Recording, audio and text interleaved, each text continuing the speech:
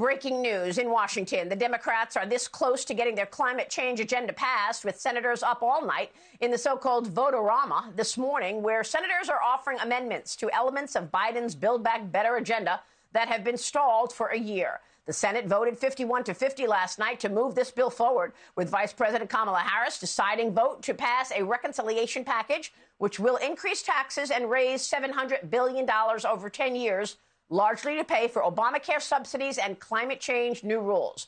Texas Senator Ted Cruz is on the Judiciary Committee. He voted against this bill, and he joins me now with the very latest. Senator, thanks very much for being here this morning.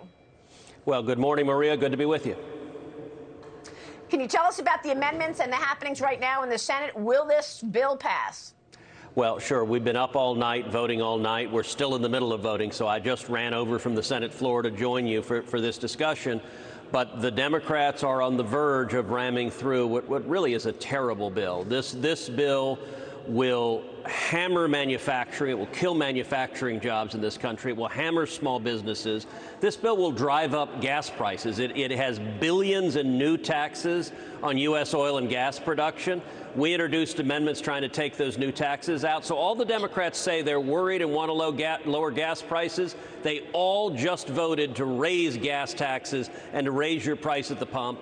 This bill creates 87,000 new IRS agents. It doubles the size of the IRS. Those IRS agents are designed to come after you. They're not designed to come after the billionaires and the big corporations. They're designed to come after small businesses and working families across this country. The Democrats are making the IRS bigger than the Pentagon, plus the Department of State, plus the FBI, plus the Border Patrol combined. The IRS is going to be bigger. This is a massive power grab. And I got to say, it's amazing, Maria, watching these Democrats, amendment after amendment, common sense amendments, they vote against. I introduced an amendment to say, don't create 87,000 new IRS agents. Every Democrat voted no. I just introduced an amendment to say that Joe Biden and the federal government should not be able to sell oil from our strategic petroleum reserve to the Chinese communists. Biden sold over 2 million barrels of oil to the Chinese communists. Every Democrat but 4 voted no. They are bound and determined to try to ram this terrible bill through. I want to get your take on a so-called wraparound amendment. I know that there were also amendments to try to get the Democrats to acknowledge that there is a wide-open border. Will any of those amendments stick? And what about a wraparound amendment at the end of the day that deletes all the other amendments that you would try to get through? Well, right now, it may be that the Democrats don't even need to force through a wraparound amendment because they've managed to keep their side. They've kept party discipline, where all of, even the supposed moderates, have been willing to vote against common sense bills. For example, as I said, every single Democrat, all of them voted to increase gas taxes. So the next time you see a Mark Kelly in Arizona, or Raphael Warnock in Georgia, or a Maggie Hassan in New Hampshire, or a Michael Bennet in Colorado, or Catherine Cortez Masto in Nevada say, hey, we want gas prices to be lower, you know they are lying because they stood up and voted, raise the gas taxes, stick it to the producers, make our consumers pay more at the pump. That's the end result they want, and their voting record proves it. Well, it looks like they're going to be successful in this. And do you believe that taxes will go higher on most Americans? What about that promise that taxes would not be impacted for anybody making $400,000 or less?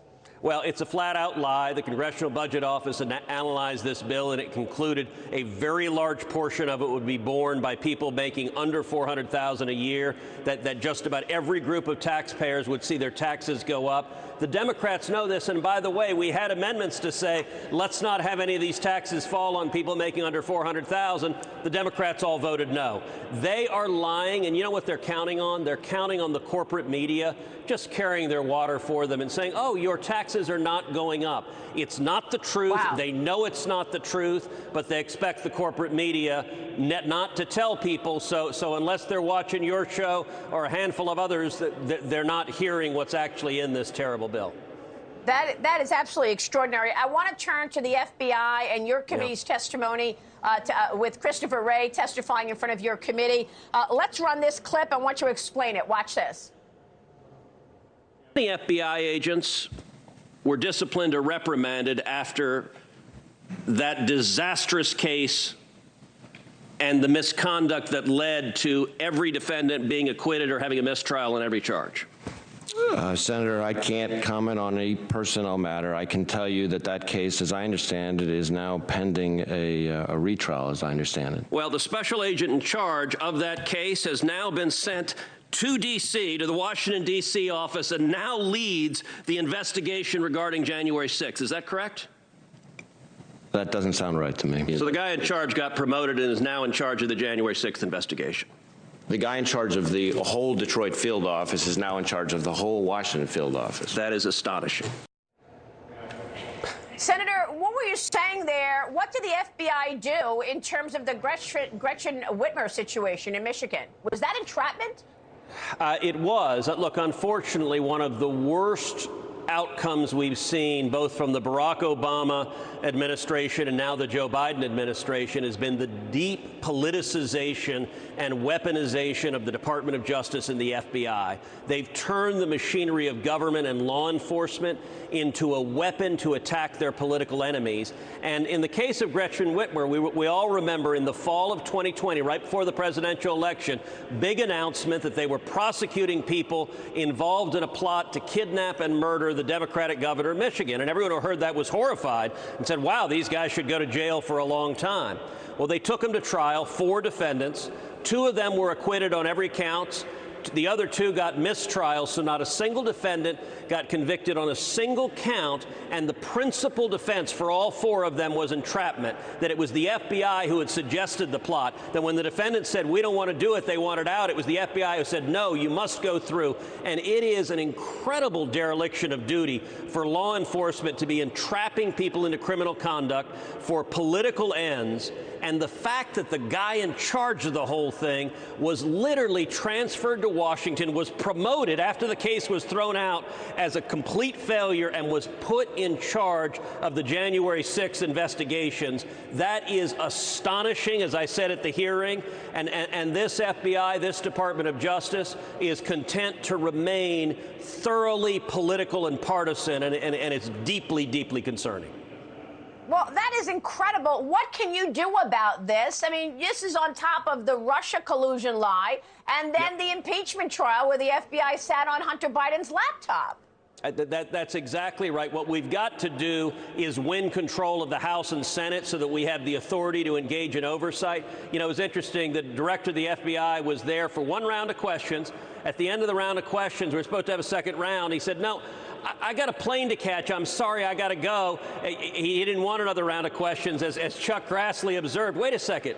You've got your own plane. The FBI has a private jet just for you, so your plane to catch is you just don't want to have any more investigation. We need serious oversight. We need accountability. The people who have been political and partisan need to be fired, and if they've broken the law, they need to be prosecuted. And unfortunately, the Democrats in the Senate have zero interest in doing that, and wow. The Biden administration has, if possible, less than zero interest in doing that. But the rule of law matters, and this is not meant to be the enforcement arm of the Democratic National Committee.